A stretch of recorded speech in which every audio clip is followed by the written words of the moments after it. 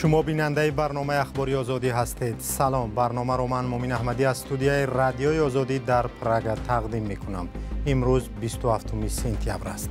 نگاهی کوتاه به محتوای برنامه. مهاجران تاجیک در قزاقستان تفتیش می شوند. پلیس قزاق عملیات ضد مهاجران را راه اندازی کرده است. پسر رمضان قادیروف جوانی را که قرآن را آتش زده بود لطوکوب کرده است.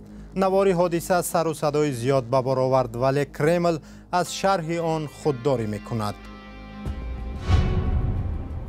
نقاش تاجیک فرخ نعمتزاده بار دیگر برای نمایش هنرش به ایتالیا دعوت شده است. دلهای وطنم یا دلی وطنم که ایجادها همش اثرها همش آید به تاجیکستان است. کمیته تفتیشاتی در ولایت مسکو وابسته به حادثه تیرپرانی که در آن ظاهرا مهاجران تاجیک مجروح شدند پرونده جنایی باز کرده است. بنا به اطلاع تفتیشات، حادثه روز 25 سپتامبر در شهر کراسنگورسک به عمل آمد. میان گروهی از زادگان تاجیکستان و ازبکستان بحث لفظی سر زده، در پی آن یکی از آنها از ملتق تیر میکشاید و با ماشین از محل حادثه فرار میکند. کاربران رادیو آزادی که شاهد این حادثه شدند میگویند تیرپرانی شامگاهان در نزد یکی از ایستگاه‌های کراسنگورسک صورت گرفته، در نتیجه آن 3 زاده تاجیکستان مجروح گردیدند. کمیته تفتیشاتی نیز در اطلاعیه خود خبر داده است که شام 25 سپتامبر 3 مهاجر زخم برداشته در شعبه احیاگری بیمارستان بستری کرده شدند. سفارت تاجیکستان در پاسخ به نامه رادیو آزادی نوشت که کارمندان سفارت از قضیه مذکور آگاه بوده، در همکاری با مقامات دخلدار کشور اقامت آن را مورد پیگیری قرار دادند. طبق معلومات مقامات حفظ حقوق روسیه، عمل مذکور در زمینه معیشی صادر شده است. حالا رو می‌آوریم به قزاقستان که ظاهراً به مکان دیگری بازداشت و اذیت مهاجران تاجیک تبدیل می‌یابد. مهاجران تاجیک در قزاقستان از یکباره زیاد شدن ریدها شکایت دارند. یکی از مهاجران بر رادیو آزادی گفت 17 سال است که در قزاقستان کار می‌کند، ولی باری اول چنین ریدها را می‌بیند. مقامات قزاقستان گفتند برای پیشگیری از قانون شکنی در میان مهاجران عملیات می‌گذرانند. همکارم مولا رجب یوسفی موضوع را پیگیری کرد. مولا رجب، مشکل از کی شروع شده است و اصلا چی می‌گذرد؟ تشکر مومن و درود بینندگان عزیز. مهاجران تاجیک در قزاقستان میگویند که حدود 2 هفته است که احوال آنها به مثل مهاجران در روسیه شده است. عظمت، یکی از مهاجران، در صحبت به رادیوی آزادی گفت مسئولین بخش مهاجرت همراه با سربازان و مقامات امنیتی به بازار برخال که آمده مهاجرانی را که آنجا سودا میکردند با خود بردند. این مهاجر تاجیک که از ترس بدتر نشدن وضعیتش نخواست چهرهش را نشان دهم، گفت خودی او را به بازداشتگاه بیگالین 101 برده قریب 1 روز نگاه داشتند. به گفته این مهاجر تنها بعد آنکه رفیقش آمد او را رها کردند. در عکس و نوارهایی که مهاجران به رادیوی آزادی فرستادند دیده می شود که سربازان گارد ملی قزاقستان هم در رید ضد مهاجران شرکت دارند. مولا رجب، مقامات قزاقستان در این باره چی میگویند یا چی گفتند؟ آنها میگویند این یک عملیات ضد مهاجرت غیر قانونی است که اول سپتامبر آغاز یافته قریب 3000 قانون شکنی را آشکار و 64 نفر از این کشور رانده شدند. در خبرنامه بخش مهاجرت قزاقستان از 14 شهروند تاجیکستان مثال آورده شده است که در ساختمان غیر قانونی کار میکردند و هم حجت نداشتند. در 2 هفته اخیر احتمال شماره مهاجرانی که در قزاقستان بازداشت و یا اخراج شده باشند بیشتر شده است. گفتید نگران کننده، یعنی به کدام معنا؟ در همه کشورها در چند وقت چنین ریدها برگزار می شود. اگر مهاجرت قانونی است نباید نگران کننده باشد، نه؟ بله، مهاجران تاجیک در روسیه به چنین ریدها تا اندازه عادت کردند، اما مهاجران تاجیک در قزاقستان میگویند در گذشته در این کشور چنین ریدها زیاد و اینگونه وسیع مقیاس نبودند. هنوز از قزاقستان چنین خبری نرسیده است، ولی در تقلید به روسیه عادتا چنین عملیات به زورآوری، فساد و رشوه‌گیری میکشاند و درستی حجت‌ها هم مانع شدن نمیتوانند. این را هم باید گفت که مهاجران تاجیک در قزاقستان زیاد هم نیستند، در اطراف 10,500 نفر تخمین زده می شوند. تشکر مولا رجب. بینندگان عزیز، تفصیلات این خبر را می توانید در سامانه رادیو آزادی با نشانی آزادی ARG مطالعه کنید.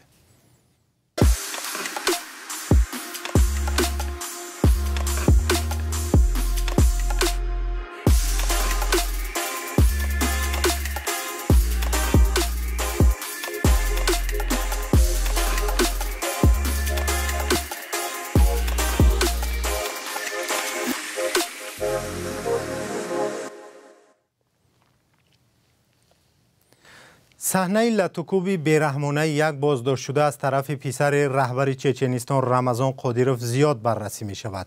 در حالی که بعضی نمایندگان حکومت روسیه لطوکوبی یک بازداشت شده را غیر قانونی می نامند، ظاهرا این عملی آدم قادیروف پسر رمضان قادیروف به مجازات مانده است. خود قادیروف پسرش را برای جزا دادن نفر گمانبر در آتش زدن قرآن ستایش کرده است. همکارم خرامان بقازاده گزارش می دهد. سخنگوی پرزیدنت روسیه دمیتری پیسکوف روز سه‌شنبه گفت لطوکوبی یک جوان بازداشت شده را از طرف پسر رهبر چچنستان رمضان قادیروف شرح نمی‌دهد. حادثه پسر قادیروف را شرح نمی‌دهم. قادیروف روز دوشنبه گفت با پسرش آدم افتخار دارد که یک نورس گمانبر با آتش زدن قرآن را زده است. نوار ویدیویی 5 ثانیه‌ای را خود قادیروف در تلگرام کانالش نشر کرد. قادیروف یک همپیمان بیرحمی پرزیدنت روسیه ولادیمیر پوتین گفت این ویدیو را برای تصدیق درستی خبری ماه اوگوست نشر میکند. قادیروف گفت پسرش نیکیتا ژوراول را لطوکوب کرد و این بسیار کاری درست بود. با گفتش با کاری پسرش آدم افتخار میکند چون پسرش چی بودن شرف، شایستگی و دفاع از دین را خوب میفهمد. لطوکوب شدن نیکیتا ژوراول از طرف پسر قادیروف را وکالتدار حقوق انسانی روسیه خبر داده بود. تاتیانا ماسکالکووا گفت گمانبر در بازداشتگاه باید مورد حمایت قانون باشد. رمضان قادیروف 46 ساله که بعد کشته شدن پدرش در سال 2007 رهبری چچنستان را به عهده گرفت، با اجازه بی‌محدودیت پوتین در این جمهوری اکثر مسلمان نشین قانون‌های خود را جاری کرده است. این جمهوری که بعد پاشخوری SSSR شاهد 2 جنگ جدایی طلبانه شده است، در پنجه آهنی قادیروف پایمال کننده اشدی حقوق انسان می باشد. موسی لومایف یک فعال چچن گفت پسر قادیروف عیناً همان کاری را می کند که همیشه در رفتار پدرش دیده است. با گفته او قادیروف دست به شکنجه و کشتار زده است و فرزندان او هم همین را دیده بزرگ شدند. قادیروف وقتهای آخر 3 پسر نابالغش را تبلیغ و سال گذشته ادعا کرد که آنها را به جنگ روسیه علیه اوکراین سفر برنمود، ولی معلوم نیست تا کجا آنها در درگیری ها اشتراک کردند. وقتهای آخر درباره گویا بد شدن سلامتی قادیروف و حتی در حالت بیهوشی در بیمارخانه مسکو بودنش هم بیشتر شد. خودی او اخیراً در تلگرام کانالش ادعا کرد که به عیادت امکی بیمارش رفته بود. امروز خدمات مرزبانی آذربایجان میلیاردر ارمنی تبار شهروند روسیه روبن واردانیان را که زمان در قره‌باغ کوهی سروزیر حکومت بوده است به حبس گرفتند. همکارم شهلای گلخوجه گزارش می‌دهد که 10,000 ارمنی از ترس از قره‌باغ کوهی فرار کردند. کودک نوزاد در میان ارمنی‌های فراری از قره‌باغ کوهی، راهی که از آن منطقه بیرون میبرد بسته است. حکومت ارمنستان خبر داد که تا نیمه روز 27 سپتامبر نزدیک 50,000 ساکن قره‌باغ کوهی به ارمنستان کوچ بستند. این زن با فرزندان از جمله با طفل 2 هفته‌ای نش فرار کرده است. این پسر و نامش اوتیس است و تولد شد و جنگ آغاز گردید. ما از خانه هایمان برآمده به اینجا آمدیم. ما چند روز در تختخانه، بعد در پناهگاه ماندیم. من 7 فرزند دارم. همه این کودکان از آن منند. آنها 3 جنگ را دیدند. در سال 2016، سال 2020 و حاضره را. هر یکی آنها بیرحمی این جنگ ها را از سر گذرانیدند. فرزندی من تولد شد، اما ما نتوانستیم برای او آینده بسازیم. ما به بازگشت امید نداریم. با آذربایجانی ها پهلو به پهلو زیستن ناممکن است. صلح با آنها دروغ است. آذربایجان بعد 19 سپتامبر در نتیجه یک عملیات نظامی نظارت قره‌باغ کوهی را به دست آورد. نیروهای ارمن بعد ایستادگی طولانی تسلیم شدند. حیات آینده تقریبا 120,000 ارمنی قره‌باغ کوهی ناروشن باقی میماند. بیشتری آنهایی که قره‌باغ را ترک میکنند در شهر گوریس هم مرز با آذربایجان جایگیر شدند. در آنجا مرکز قبول گریزه ها است. در شهر همسایه کورنیزار آمدن مردم بیجو شده ادامه دارد. خیلی مهم است که ناظران مستقل و سازمان‌های بشردوستانه که مردم قره‌باغ کوهی به آنها شدیداً احتیاج دارند به این منطقه دسترسی پیدا کنند. روز 25 سپتامبر در ترکیش انباری سوزشواری در نزدیکی استپانکرت شهر اساسی ولایت 20 نفر کشته و صدها تن زخمی شدند. در این شهر که آذربایجانی‌ها آن را خونکندی می‌نامند 300 نفر را در شفاخانه بستری کردند. آذربایجان کمک خود را برای معالجه آسیب دیده‌ها پیشنهاد نموده است. از 7 تا 21 اکتبر امسال در شهر فلورانسیا ایتالیا نمایشگاه نقاشی‌های رسام تاجیک فرخ نعمتزاده برگزار می‌شود. این رسام تاجیک در یک صحبت اختصاصی با همکاران ما سروناز روح الله و نگاره فضل الدین از آمادگیش به سفر و نمونه کارهایی که به ایتالیا می‌برد اظهار نظر کرد. با پیشنهاد آنها، پیشنهاد گالری توبیان آرت گالری نامش، با پیشنهاد آنها خواستند که ایجاد یک رسام تاجیک، یک رسام پیشنهاد شده باشد که مردم خود فلورانسیا یک مرکز صنعت از تمام دنیا، مرکز صنعت تاریخی فلورانسیا، لیوناردو، میکلانجلو، رافائل، جوتو همش در همونجا تحصیل کرده، کار کرده در فلورانسیا. یک خوشبختانه که من دعوت کردن در خود مرکز صنعت‌های دنیا. چرا به فکرتون مخصوص شما یک نقاش تاجیک به این نمایشگاه دعوت شده است؟ به فکر من که من بار اول نیستم در ایتالیا.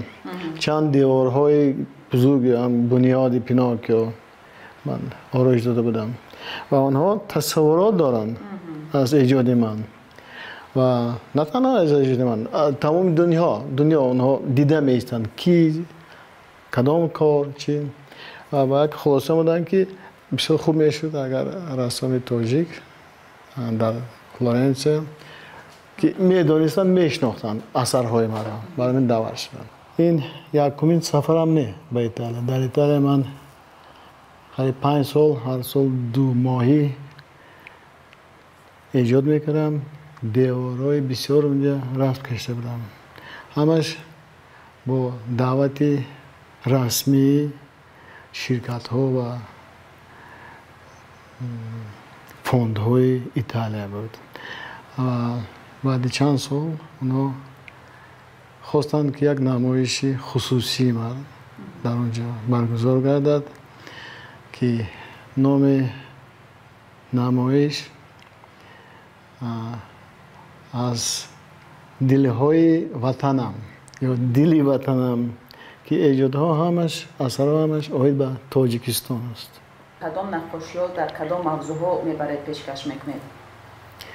موضوع همش آید به تاجیکستان. حاضر تاجیکستان 4 فصله، تیر ماه زرین، بهار، نوروز، زمستان و تابستان تاجیکستان. یکی از اونها دیدن تابستانش، اینش بهار وقتی شکفتن گلها، این زمستان کوهستان. این کلانش تیر ماه زرین تاجیکستان. دید که مردمش زنهای و طبیعتی تاجیکستان. ایجاد من همش موضوعش تاجیکستان من همش در بسیار کشورها نمایش داشته بودم، در سینگاپور، اندونزیا، کویت، قطر، کیپر، ترکیه، چند باری در ایران، در هلند، در فرانسه، همش موضوع تاجیکستان. در خود امریکا 4 مراتب نمایش داشته بودم.